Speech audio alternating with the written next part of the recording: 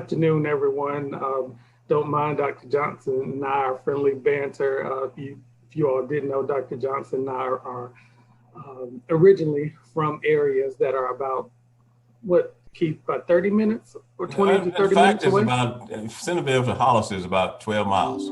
Yeah, not far at all. So when he goes to visit, family, or I go visit family, we think of each other because it's just always a pleasure when we both can get back that way. So so it's a fun fact that you get to learn about both of us. But good afternoon. I'm happy to be here with you all this afternoon. My name is Dr. Jeffrey Alston. I'm Director of University Career Service and happy to be participating in this webinar. And today we're going to talk about diversity, inclusion, diversity, equity, and inclusion, and as it relates to career services. And going to go through some information that I put together for you all, but also going to allow some time for some questions and just any kind of dialogue that you all may want to know or be inquisitive about. So I would definitely want to leave some room and some time for that. A little bit about myself. Been here at ETSU a little bit over almost 2.5 years now. My background is in human resources and higher education. So for quite some time, I was an HR director, and I've done human resources in both retail, city government, and in finance. And at the point in my life, I was like, I no longer want to do this work, and I want to transition into higher ed. And I reached out to my alma mater, Winston-Salem State University, and said, hey, can I do this thing, career services? And they were like, absolutely, you have the skills. This is where we see you fitting in. And literally that was my green light to move forward within this area. And it's been 6 years now that I've been here, and I've worked as an assistant director and within the SUNY system, State University of New York, and then as an associate director leading the employee relations and internships. So really my expertise comes in understanding the employer side and what those employer needs fit, or how they can potentially change, and how it relates to the collegiate side, and helping students to navigate those paths. But I would say I got interested more in the diversity equity piece within career services while at the College of Brockport, and mainly from the standpoint of being the only African-American person that was working in there. Of course, those students of color navigate toward me, and then working with them, really getting to see how ill-prepared, or at least when it came to thinking about careers, they were. And what I saw was that they really they kind of compartmentalize things. And what I mean by that, I need to focus on studying first, and then after I study or do my schoolwork, then I can worry about career information later after I graduate. And so that really led me down this, ultimately writing a dissertation and stuff about it, but just really trying to make sure that our students know and understand how to appropriately prepare, for their careers, what they're able to do, how to really be able to articulate what it is they're learning, and then how that plays into part when they're ultimately getting ready to graduate. So I'm just going to put together kind of a PowerPoint that we will walk through here today.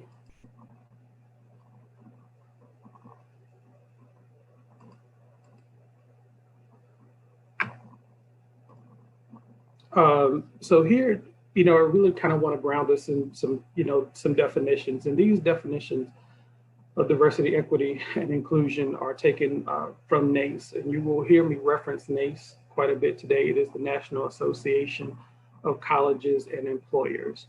And I've been a member of this organization since coming into career services, and I currently co-chair the National Committee for Diversity, Equity, and Inclusion. So we have about 25 people, employers and career services people from across the nation and across the country who are invested in this work, and we do charges on behalf of the organization, its members, and then the students. But they define diversity as our individual differences. Equity is really referring to fairness and justice. And then that inclusion as the active, intentional, and ongoing engagement with diversity. So really inclusion is like diversity plus equity equals that inclusiveness. But when I'm talking today from diversity, I'm really going to be talking touching on a couple different things, race and ethnicity, but and it's not listed here, but I also want to touch on socioeconomic status, because I do feel that with us supporting first generation students, that socioeconomic status is very important for us to look at.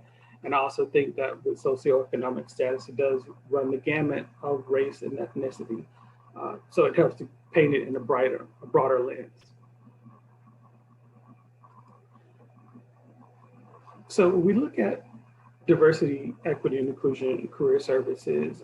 So Gallup comes out with research from time to time, but most recently in 2016, they do this annual report, but they found that graduates who visited career services, they're more likely to be employed full-time, versus people who don't visit. And that is consistent with things that I've seen since I've been in the field. And it's also consistent in what I see in working with students in terms of how students either know how to navigate, or whether they're just kind of have that internal motivation, but the more that they interact with either our offices, with our events, or with individuals, whatever, or resources, the more prepared they are. But they're more likely to be employed full-time for themselves or in other positions versus people who don't. Why is that important? Partly because you all know anybody that's coming to a college or university to recruit, they're coming because they're interested in collegiate talent. And ultimately, this is why those students are here, is to find employment upon graduation. Well, when those employers come, and I used to go to the colleges and universities, we have jobs that we're looking to fill. Those jobs, whether they're entry-level training programs, or whether they're individual one-off type of jobs, these are jobs that, first of all, require bachelor's degrees, but then also they are within a status in terms of economically, where these are jobs that actually pay very well, very decent for someone that's starting to graduate from college. And why is that important? The sooner that people are able to engage, the likelihood that they're going to be employed into one of those types of jobs. So, for example, I recruited for manager trainee program. We would start people at about $40,000. So someone graduating, coming into our program would start at $40,000. The later a student work, or the later they start to actually find their, look for employment afterwards, the likelihood of these types of programs, or the likelihood that these programs have spaces available, are going to be slim to none. So then a student is starting to look for anything that might be available, period, just going on different websites. But if that's the case and they find something, the likelihood of them being able to get into a kind of like quote unquote training program versus not, that starts to decrease. And when that starts to decrease, if they find an employment opportunity that's great, you run the risk of being underemployed. That just means that a student goes into a job that does not require a bachelor's degree. That's not something that ideally we want. So that's why it's important. And also, a student could come in, if they got into my program making $40,000, but then let's say another student works for my organization, didn't get in the program, $30,000. That's $10,000 that a student technically could have, that has left on the table. It may not seem a lot right now, but what does that $10,000 do to a student 5 years down the road? That 10,000 has now magnified to maybe 25 or 30. and over the lifetime of a student, that $10,000 difference can easily add up to over $100,000. So people are leaving money on the table, and that's just not what we want. If we're ever going to try to close the economic gap, this is why this is important. We want all of our students to be able to have the access or the opportunity to go into these careers and start off financially secure at the same time. So it's also important because over the next 30 to 40 years, we're going to have a majority minority culture. By everything that I've seen, recent data, whether census or academic information, this is just the trend that we're going into. So if we're going to be a majority minority culture, then we definitely need to be looking at how we're supporting our students who are in more marginalized communities. And so in thinking about that, one area I think that's very important is the area of internships. Internships or experiential learning, they are great pathways to ultimately what it is a student is going to do next. The student is going to learn either that, yes, this major, what it is I'm interested in is going to be for me, it's not going to be for me, whatever it is, they're going to really decide during those pivotal moments whether this is the right fit. But also, employers will use these internships as pathways into their organizations. And so this is why it's important, because it's a great way for people to actually learn from the employer, to learn, is this the right fit, et cetera. So you heard me mention NACE, National Association of Colleges and Employers. So every year, NACE does a survey. So in this student survey of 2019, they sent out a survey and they actually got 23,000 responses. And out of that 23,000 responses, there were about 4,000 who were graduating seniors. And so thus on this left-hand slide here, these are all the graduating seniors. And then these colors, this orange here represents African American, this gray represents Asian American, the yellow is Latinx, this light blue color is multiracial. And then we get into Pacific Islander ethnicities. So when we get to never here, what this is saying is based on the data and the proportion of people who are in the sample, what you're going to see is that these red and green arrows. And so the red and green arrows, it just shows where the disproportionality exists within the people. So if there's no arrow underneath the column, then that demographic, they are proportionally represented. And so when I'm talking about this, I'm first of all thinking about all of our students, because there are some definitely, when we're looking at unpaid and never, et cetera, we want all of our students to have these types of opportunities. So I think it's broad in that sense, but if we really look at to race and ethnicity, again, seeing that the red represents underrepresented within this area. So for African Americans, that's low. So that's good that that is low, that more African American students are participating in internships. That is great.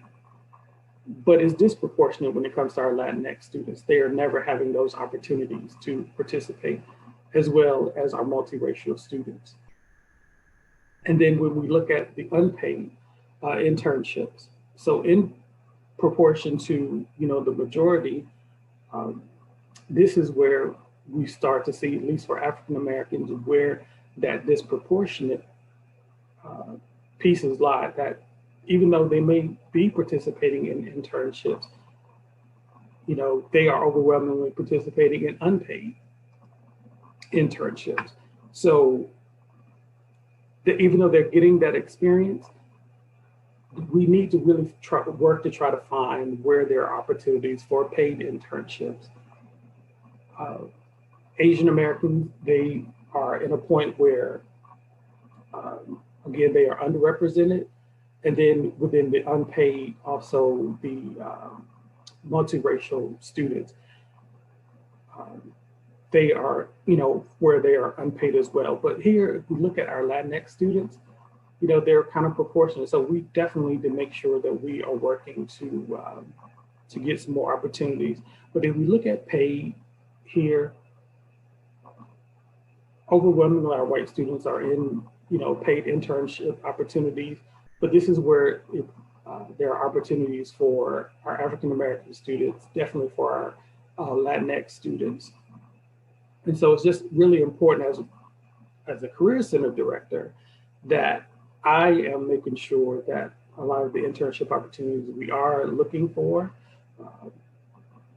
that they are paid opportunities for our students, because normally with pay, we know that our students are stretched, they're working, they're doing a number of different things, but those paid opportunities result into ultimately full-time job opportunities. So the more exposure they can get to paid, and then sometimes our students take it a lot more seriously when they are paid opportunities than when they're not.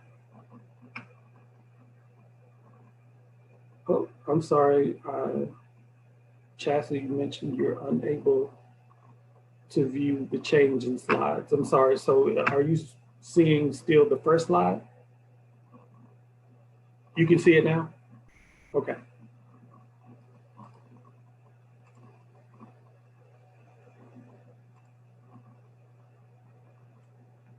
So some observations that Nate's put out is that from this, white students are more likely to be paid interns than unpaid or never. African-American students are more likely to be unpaid interns. Asian-American students are more likely to be paid. Hispanic students are more likely to never to have an internship than unpaid or paid. And our multiracial students are more likely to be unpaid or never. And then our international students on F1 visas are more likely to be paid internships. So there's some discrepancy, within these numbers. If we go a little bit further and just looking at some of the anecdote, some of the feedback that was able to be pulled out from this information, students who were paid interns, they began looking for full-time jobs slightly more than 7 months prior to graduation. What I can tell you in this work that I do with students here, I don't see this. I probably see, if you look at the data that we have in our office as it gets closer to the end of the the fall semester. So for our December graduates, that's when we will see an uptick. And then at April, May is when we will also see an uptick in terms of how people are engaging with us. But people who are engaging earlier, 7 months, they're more likely to get these opportunities. The paid interns expect to make $10,000 more than people who are unpaid and never. And then students who end up as paid interns are much more likely to visit the Career Center in freshman year than those who end up as unpaid or never. So there's a lot of education that needs to happen. I think for all of our students, number one, letting them know the value, first of all, who we are, why they need to come. And I think crafting a message that is important, that doing this type of work or being involved or engaged within career services is just as important as being engaged in student organizations and student activities. We want them to develop, but it is through those holistic opportunities that they can also be active and use that toward their career development. And the sooner that they're able to do that, we can put them on a path to participate in these paid opportunities, and then what that will result in when they actually graduate. One of the things I'm happy about, we talk here about the students being exposed to the Career Center in the freshman year. I'll say, and we have worked extensively with the ETSU 1020 to be able to introduce more career-related activities. And then also doing different assignments using our career management system. And I will say overwhelmingly this semester in doing that, we have seen an increase in our numbers or increase in, I guess, the engagement with the system and how people are using it. Still yet to be seen whether what this actually results in terms of how they're using it or whatever. But on a minimal basis, we are happy to see that this group of students, they're outpacing some of our sophomores, some of our juniors. And so our hope is that by implementing this earlier as other classes fade out and the freshmen now become sophomores, sophomores become juniors, that this kind of will be instilled with the students and then we can start to see a culture shift. Also coming from this information, most paid and unpaid interns reported that their internship improved the professionalism, teamwork, communication, critical thinking, problem solving skills. So this is important. So especially when we talk about those students who never have participated in an internship, they're missing out on that opportunity to really hone in on key skills that employers are looking for. And these are just happen to be about 4 or 5 of those ones that are always at the top of the list when if you talk to an employer what they're in search for when it comes to entry-level talent. Slightly more than them use the Career Center compared to 40% of unpaid interns and 35.8 who never have interned. But not only did they make use of career fairs, not only did they made greater use of career fairs, and so about 3 in 8 felt that the career fairs were very extremely helpful. That isn't the only way for people to be engaged. I mean, there are definitely other ways, but it's one of the main ways, just because this is, again, when anytime an employer reaches out to come into your class to advertise, that just means they're actually primarily seeking to work, with your class, with your organization, with your department. That is great. And so the importance of having people to connect, to know when these opportunities are happening, you just can't measure that. And then also when our students leave, what's the likelihood? There's never going to be a place that they will have the access to these things. And so you just want to be able to make sure that they are aware and have the opportunity to participate in them. So we look at, that's kind of taking a look at information based upon internships and where some of the equity and inclusion opportunities can exist. But also what we have to think about in career services is, okay, for our students who never have participated in internships or if they're unpaid, where are we sending them to? What types of environments are we sending them into? So the onus is on us also to do our due diligence to make sure that the employers that we're working with represent or are great entryways for them to go into. The last thing we want to send them into is like, the lion's den. We don't want them to send them into that environment where, they're not prepared or they're not going to be welcomed. But as they go through these processes to get into the employers, I think it's also, we need to keep in mind just some equitable hiring practices. So how can we educate? So career services, our office, but also other offices outside of ETSU and across the country are working very hard to make sure that there are equitable hiring practices, within collegiate talent. The number one thing is really trying to remove bias. We all have bias.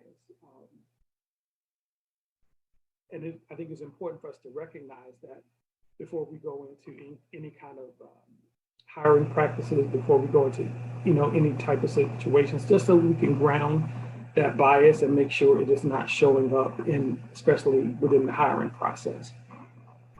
We hear a lot about in interview process where people talk about culture fit. Is this person a good fit for this culture? We are challenging that term because a lot of times culture fit can be code or it can mean a lot of different things, but it can serve as a barrier for people being able to get entryway into opportunities. And so when people say that we're challenging them, say, well, what do you mean? Can you be more definitive as to what culture fit means?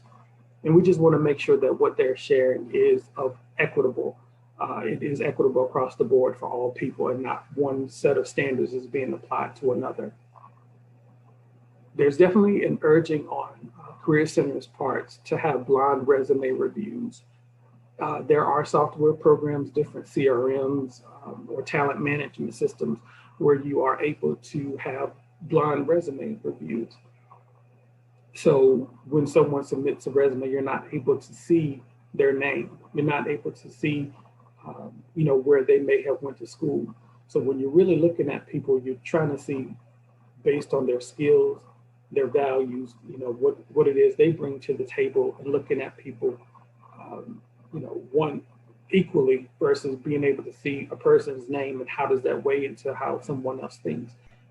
So we're starting to see some of this work. I know a lot of the employers within NACE are starting to say they are moving into software programs or CRMs that are using these things. And hopefully that's something we continue to see increase as we think about equitable hiring practices. But when we think about where we're sending our students to, we want to send them to, definitely companies that have an inclusive company culture. So where they're color brave, people will say colorblind or whatever, but they're authentically using people of color and being bold about how they work with them, how they position them for success. We want to send them where, work with people. And I'll emphasize this because it's not only career services who are working with students, as faculty, as staff. They are coming to students are coming to people who they trust. And I think in whatever position we're in and we're working with students, that if we can keep these things in mind, that we're referring them to companies where marginalized students feel valued and encouraged to be innovative, that they're able to share what their experiences are and also what their solutions, that they're being compensated equitably, versus other students. How do we know this? Through research. I know our office will be looking at some best practices across the board to look at what are some questions we can start to ask our employers, as they are looking to advertise their jobs. What due diligence can we do and ask that says, by saying yes to these questions or to saying yes, we are making sure that we are making accessible to our students, employers who offer a diverse, equitable, and inclusive environment. We want to make sure that we are exposing our students to companies who provide definitive career pathways. So if they see themselves going into an organization, they can see a path for themselves. They see a place for themselves. Some place that encourages and supports professional development, is able to connect marginalized students with mentors within the company. This is very, very important. I will say, I was fortunate in my collegiate career to get into at least 2 of these training programs that I've mentioned. And that was one of the things that stood out to me, is having a dedicated mentor to be able to bounce things off of. That is very invaluable for a student as they go from an environment that has been structured in learning, where there's been structured in learning, but then they can go into a place of employment, have some of those similar structures, but also have a mentor and a guide who's similar to a faculty member or a student. It's a good indication that a student will transition well over into the workplace. But not only that, they are connecting students with sponsors and helping those students to identify sponsors. Sponsors being different from a mentor, sponsors who can actually speak on that student's behalf to say, they are doing this, they're doing that, they should get these opportunities, versus someone that is, just helping to guide the student. I think when we're trying to get our students access to employers, that we're looking at employers who have marginalized people within their leadership roles. And again, speaking with marginalized people of color, our LGBTQI students, veterans, people whomever has identified or has been in a marginalized population, how are they seeing themselves within the leadership roles? And that could be whether it's a board of directors or within the trustees. is very important. Affinity groups. You will likely see these in larger employers. You may not see it in smaller, but this past year in March, we had our inclusive career fair. And I was very happy. And what the inclusive career fair was just an opportunity for those employers who were interested in hiring students from marginalized populations. One of the things we're happy about is to have employers who did have some of these affinity groups.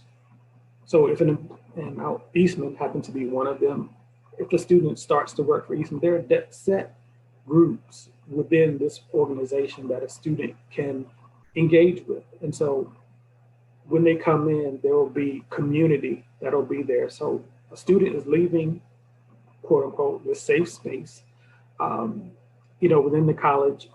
within college and then going somewhere else. But let's say if they don't have community, affinity group is just a way for them to be able to walk in and have community with other like-minded individuals who are working for the company. But also, is the company being acting in the best interest of these groups and marketing to them in culturally nuanced ways? They're not trying to go out and expose, these particular people who they're trying to bring in. So, ultimately, this is just a glimpse as to what diversity, equity, and inclusion looks like overall. I think within the career services space, I did mention before some of the things we're trying to take a look at, as we're working with students. Hopefully you all see in my signature, for this, I have my pronouns. This is something that I picked up from the diversity conference this year. And that was one of the things that Dr. Johnson mentioned at the start of the conference, asking people, if this is something that we would do. And this is something I'm encouraging our office to do as we work with students, just because we don't know who, as we meet with students, we don't know who's coming into this meeting or coming into this space. And when they come into our space virtually, we want to make sure that it is inviting, and this is one way for us to do that. I did mention we are trying to make sure we allot time and space around the topic of diversity, equity, and inclusion within our meetings. I know recently Dr. Johnson and through the Office of Diversity, Equity, and Inclusion, within their strategic plan, they have outlined, I think, one aspect that happens to be around careers. He doesn't know this yet, but I'm going to ask him or Dr. Cooper to come into one of our staff meetings and kind of talk a little bit more, about this, because if someone out there is really is wanting to help and assist in this work, we want to do our part to make sure that it is a success for this unit, but ultimately it results in a success for a student. And we see this as a natural pathway for us to be able to better expose and work with our students to make sure that they are in employable opportunities upon graduation. And then, like I said, we will start to look at it won't be this semester, next semester, how we are sourcing our employers. And through that sourcing, are they being equitable? How are they able to hit certain parameters that we know that their practices will be feasible to what it is, we're looking to do with our students. And I did mention earlier that we're starting to introduce career in the ETSU 1020 courses at an earlier stage, and how we are starting to see the results. So this is just, a brief overview of what it is we're doing, but also I think hopefully you're able to interpret why this is important. And I really look at it from an equity standpoint. What I will share with you, just from my personal experience, I'm a first generation college student. But what is different for me is that I had social capital. What I mean by that is I grew up in a community where my neighbors, some of them older than me, but they were going off to college. And when they came back, I never forget, and Dr. Johnson will appreciate that, but my neighbor, he went to North Carolina A&T. And he happened to co-op. He was co-oping. And for for those who are not familiar with co-op, you are exchanging a semester of academic work to go and work at an organization and be immersed in whatever assignments or whatever opportunities that they have. And then you come back and regain or enter into your academic space. But what he told me was like, Jeffrey, wherever you go to school, you need to connect with your career services offices, and this is why. And that stuck with me. And so I'm sure I was that student who went to the college tours, et cetera, and was asking questions. I'm sure they were like, where is this kid coming from? Like, why is he asking stuff about this? Because this isn't stuff. But what that resulted in is that as I matriculated through my 4 years, I got to know them very well. And they signed me up for interviews before I even got there because they knew I was coming around and I always wanted to know what was going on and what was happening. Well, a lot of our students don't have that exposure. And so this is what we want to be able to make sure through our alumni, through employers we work with, that they're offering cultures that they will be able to go into and succeed.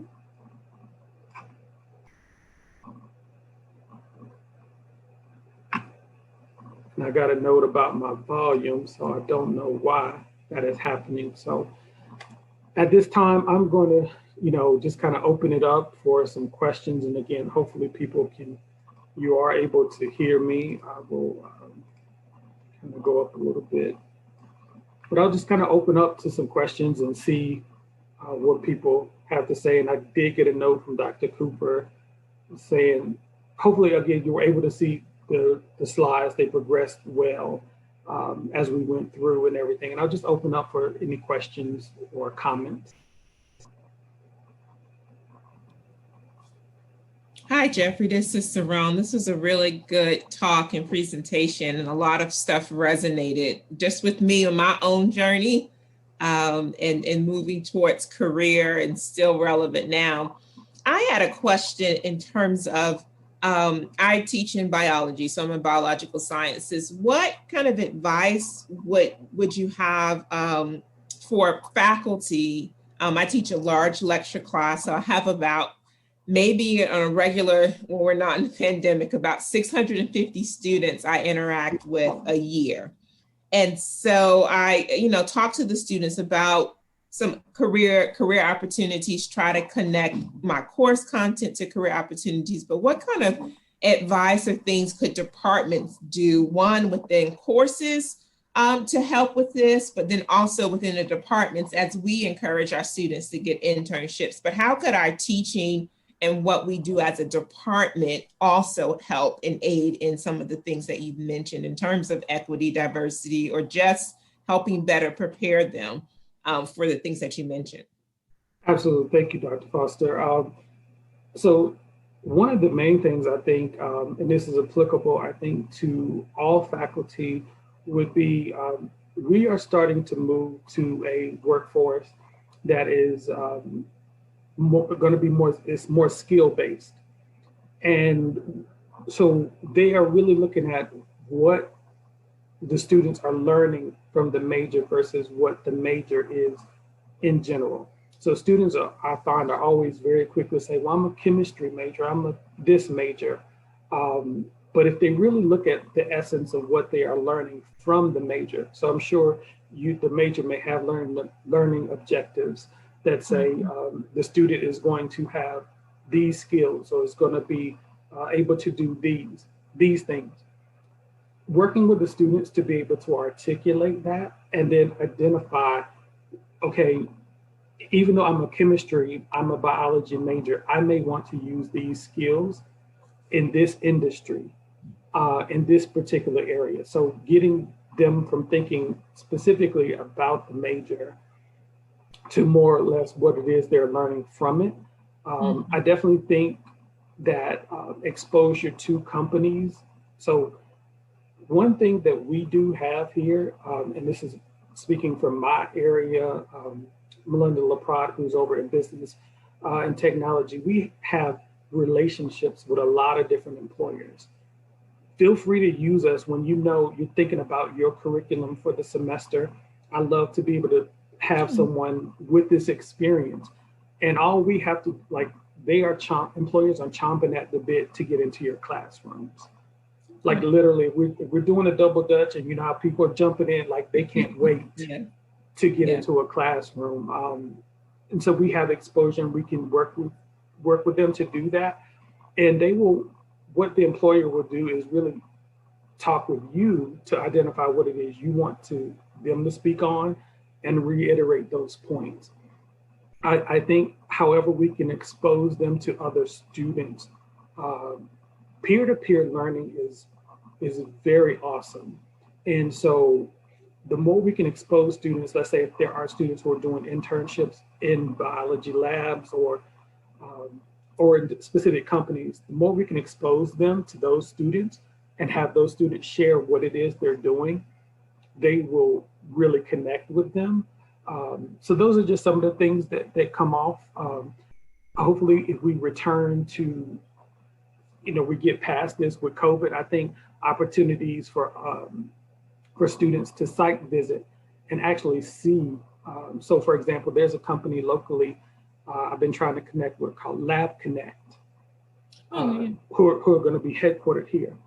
Well, what would that look like to have some biology, chemistry students to be able to visit there and actually see? So, okay, this is what I'm experiencing in the lab, and now this is what this could look like in a career.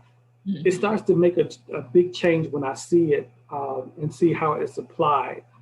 And then there are great points too for the faculty member to say, well, this is what we're talking about in class. Can you speak to or see what this looks like in this part? So those are some of the things that I think could help. And the earlier we're able to expose the students to that, the better. Once they can start to see versus, just what we tell them that they have to learn. Good. I have another question, but I'll let somebody else go first. Sure. If anybody else wants to go, I'll wait. Go for it, Dr. Foster. Okay. All right. So the other question, this is really focusing on some of the things we were talking about with equity and diversity. So you mentioned having sort of that social capital and having a neighbor or someone next to you, going to college. But then you also talked about in terms of students getting internships and how that might differ, based on socioeconomic status or, students in the first generation, or even in terms of race rather. So when we talk about preparing students once they are in that job market, either going to the interview or once they have those particular jobs, and now you are in a different culture and climate, in the classroom setting, because we know students struggle coming in still with connecting with faculty, finding their place, finding their fit. What are some things as departments and faculty of how we can be intentional in our spaces to help our students be able to navigate the social structure in a job market, if they are a minority, or if they're dealing with just some of the cultural issues that you find in the job market? What could we begin to do? Because, like for instance, the students may not come to career services, you showed that, but they're going to come to class. And so how could we even begin to help address some of those issues within the classroom space, the departmental space, in case they don't get to come to career services and learn some of those skills that they're going to have to do and deal with culturally in the job market? Yeah, thank you for that, Dr. Fawcett. So I think one of the ways to do that, so if you're already in your classroom talking about, if you're creating the space for the student to authentically bring their whole self, you want to reiterate that for a student when they're looking for an employer also. And so how do we encourage that student to ask the right questions? Because what I want to do is I want to be able to empower our students. So just because every company that comes here, and yes, they may be looking for something, I don't want our students to feel like I have to go there. the student needs to want to look at it and say, I want to go there. I want to be here. But I think if we encourage them to be empowered, to think about, can I be my authentic self? How can I take it? How can I take control of this process? I know you're interviewing me, but how am I interviewing you to see if what you're articulating in your values, you say you want equity, diversity, inclusion, but to the student, if they've done their research, I don't see this representation on your website. I don't see this. So the things that we would have in our classrooms, I think we want to encourage our students to look for that in an employer, but have them be okay with asking, because it's just as much, they play a vital part in it just as the employer does. The employer doesn't hold all the cards. The student does too, because they have the choice to say whether or not I want to work here. We do encourage the employers to, most of them, they are definitely understanding that students have a lot of choice. And so they are doing what they can to make sure to kind of break down, identify barriers that they have. But they are addressing a lot of students' questions. So I get questions about hair. You know, students will talk to me, especially students of color, and say, Dr. Austin, you know, should I go in my interview with my hair this way or this way? And I'm like, absolutely yes. You show up as who you are. And then if they say I'm uncomfortable, I try not to make them do it, but I say, you do what, you know, makes you comfortable. But if you don't feel that level of comfort within the employer, you ask about that. So that's one way. I think it's about some of those things I mentioned, looking out for earlier, like, do they have affinity groups? So just as the types of things we do when a student is new to ETSU, we want them to get involved and look for these types of things. The same would be applicable to an employer. Definitely networking. I know Whitney is on here from the Alumni Association, but reaching out to the Alumni Association and saying, hey, are there any people that I can speak with who are in this particular industry? Do we have any connections? And those people can provide some feedback to say, you know, as an industry, this industry is pretty conservative. And, you know, and a student can decide how they want to show up within that space. But those are just some of the things that I would say ultimately we're wanting the students to feel comfortable. We want to empower them to take an active role in identifying where they want to go. And ultimately, do they see themselves? Do they see people like themselves within those environments? So yeah. Thank you.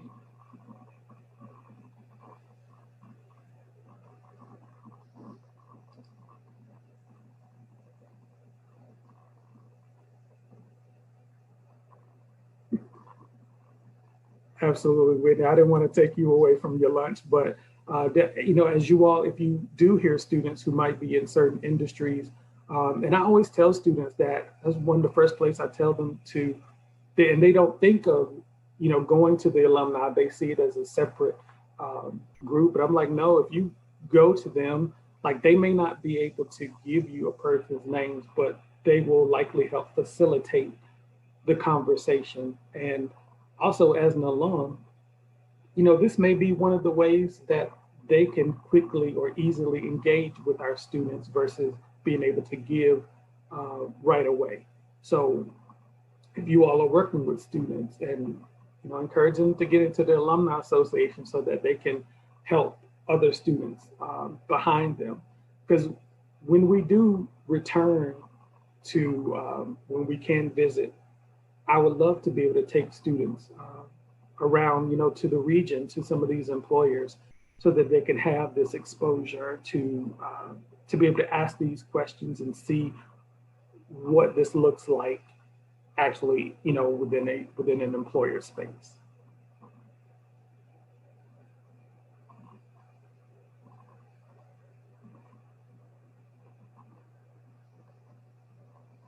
And if people have questions afterwards, I mean, I'll put, you all can reach out to me, you know, on email to ask what specific questions. Anyone within the team, we're happy to come into a virtual space, classroom, offer resources, help make connections on your behalf. You know, I am doing some work with some different companies, and that's always one of the things that I try to talk about is how we can connect employers to faculty. And I always tell them, I'm like, we need to connect to faculty in the summer or in December, because, you know, in terms of when they're looking at syllabi, et cetera, because once the semester starts, I'm like, you know, it's off limits. You know, Dr. Foster, she got her 12 weeks. She can't, you know, go too far off. But if we get in on the early side, and so if you're looking to do those types of things, like I said, whether it's us, Linda LaPrade, who's over in the School of Business, you know, that's why we're here, to help bring those connections into the classroom.